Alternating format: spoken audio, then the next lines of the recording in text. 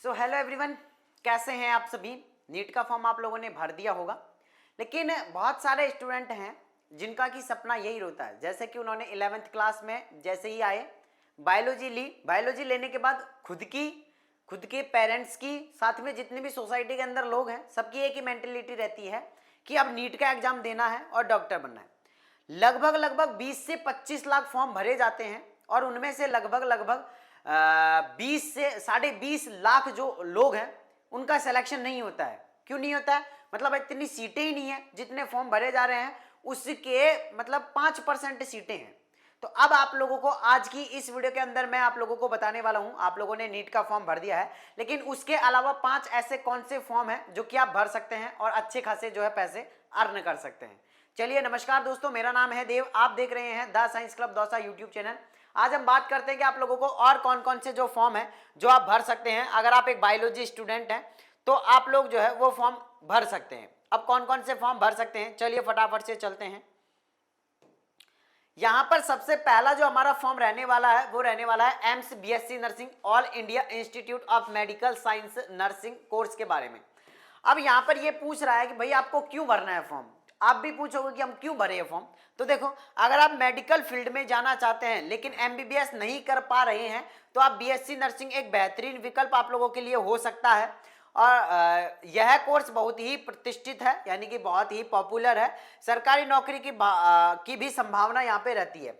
अब यहाँ पर एम्स से बीएससी नर्सिंग अगर आप कर लेते हैं तो मैं ये कहूँगा कि जो और अदर जितने भी कोर्सेज से बीएससी नर्सिंग कर रहे हैं या जितने भी स्टेट से बीएससी नर्सिंग कर रहे हैं उनसे तो आप लोगों की कहीं ज्यादा रेस्पेक्ट रहने वाली है। तो इस कोर्स को जो है आप कर सकते हैं। एम्स से बीएससी नर्सिंग ओनली गर्ल्स कर सकती है, लेकिन पैरामेडिकल कोर्स जो है वो बॉयज और गर्ल्स दोनों कर सकती है। ठीक है, अगर हम बात करते हैं एलिजिबिलिटी की तो यहाँ पर 12th पास पीसीबी फिजिक्स केमिस्ट्री बायोलॉजी से होनी चाहिए, प्लस इंग्लिश आप लोगों के पास में होनी चाहिए। कम से कम 50% आप लोगों के जनरल में, 45% आप लोगों की ओबीसी में और 40% एससी एसटी के अंदर आप लोगों की रहने वाली है।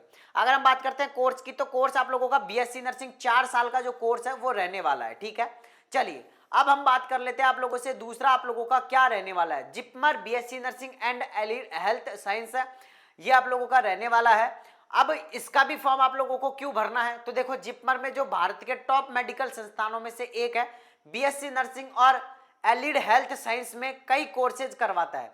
कोर्स कौन कौन से करवाएगा? ये बीएससी नर्सिंग करवाएगा आप लोगों के साथ में बीएससी एलिड हेल्थ यानी कि ophthalmic technology, medical lab technology, radiography technology, ये आदि कोर्सेज जो है वो ये करवाता है। कौन? जिपमर आप लोगों का करवाता है। ठीक है, अगर हम बात करते हैं योग्यता की बात करें तो 12वीं पास होना चाहिए पीसीबी से physics chemistry biology plus English आप लोगों के पास में होना चाहिए।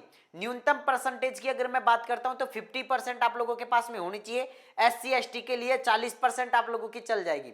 एडमिशन का प्रोसेस अगर बात करें तो जिपमर खुद का एक एंट्रेंस एग्जाम करवाता है। ठीक है ना, जिपमर खुद का एंट्रेंस एग्जाम करवाता है। अप्लाई कैसे करना है वो मैं आप लोगों को आगे बताऊंगा। इसके बाद अलावा अगर हम बात करते हैं तो CPNET Uttar Pradesh combined paramedical pharmacy and nursing entrance exam test की यहाँ पर बात की जा रही है। ये भी आप लोग जो है फॉर्म भर सकते हैं। क्यों भरना है? अगर आप यूपी में मेडिकल फील्ड में करियर बनाना चाहते हैं तो यह परीक्षा बहुत ही अच्छी है, जिससे कि बीएससी नर्सिंग हुआ, एएनएम हुआ, जीएनएम हुआ। यहाँ पर कंबाइंड क्यों लिखा हुआ है? क्योंकि एक ही एग्जाम देने से अगर आप बीएससी नर्सिंग कोर्स के अंदर एडमिशन लेना चाहते हैं तो ले सकते हैं, एएनएम के अंदर लेना चाहते हैं तो एएनएम के अंदर ले सकते हैं, साथ में जीएनएम के अंदर लेना चाहते हैं तो जीएनएम के अंदर ले सकते हैं, पैरामेडिकल कोर्सेज के अंदर एडमिशन लेना है तो भी आप लोग जो है वो ले सकते हैं। ठीक है ना।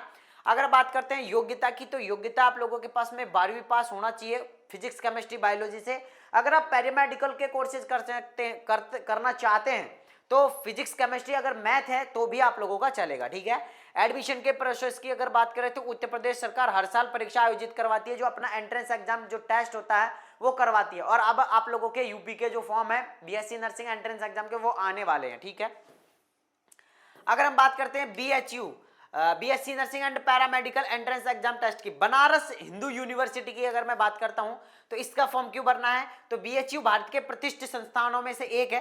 अगर आप मेडिकल फील्ड में करियर बनाना चाहते हैं तो बीएचयू में बीएससी नर्सिंग या पैरामेडिकल का कोर्स जो है वो आप लोगों के लिए फायदेमंद जो है वो साबित रहने वाला है।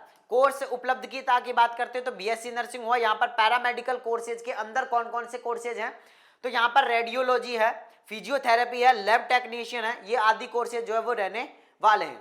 योग्यता की अगर मैं यहाँ पर आप लोगों से बात करता हूँ तो 12th pass physics, chemistry, biology plus English से होनी चाहिए। न्यूनतम परसेंटेज की बात करते हो 50% ओबीसी के 50% होनी चाहिए, जिसमें कि ओबीसी में 45 होगी तो भी चलेगी, एससी एसटी में 40% होगी तो भी चलेगी।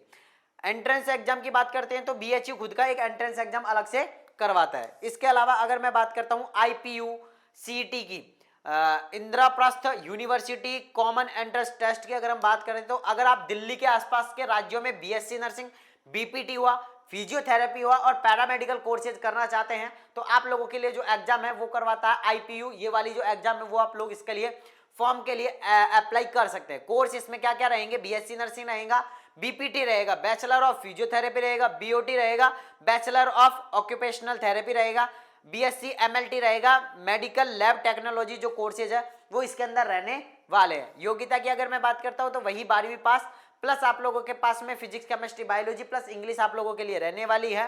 न्यूनतम परसेंटेज की बात करें 50%, ओबीसी में 45, एससी एसटी में 40%। और एडमिशन प्रोसेस की बात करते हैं तो ये भी अपना अलग से जो है फॉर्म निकालते हैं और आप लोगों की अलग से एंट्रेंस एग्जाम जो है वो लेते हैं। तो अब आप नीट के अलावा ये 5 फॉर्म भी भर सकते हैं जिनसे कि आप लोगों का बैकअप प्लान रहने वाला है। तो अब आप कौन सा फॉर्म भर रहे हैं, आप कहां से हैं, वो सारी चीजें नीचे कमेंट बॉक्स में ड्रॉप करके जरूर जानी है। अगर आपको किसी भी स्पेसिफिक कोर्स के बारे में और डिटेल से जानना है तो आप उसके बारे में नीचे कमेंट बॉक्स में बता सकते हैं। उसके बारे में आप लोगों को नेक्स्ट वीडियो जो है आप लोगों को मिल जाएगी, ठीक है। तो चलिए मिलता हूं मैं आप लोगों से नेक्स्ट वीडियो में। जब तक के लिए जय हिंद, जय भारत, नमस्कार।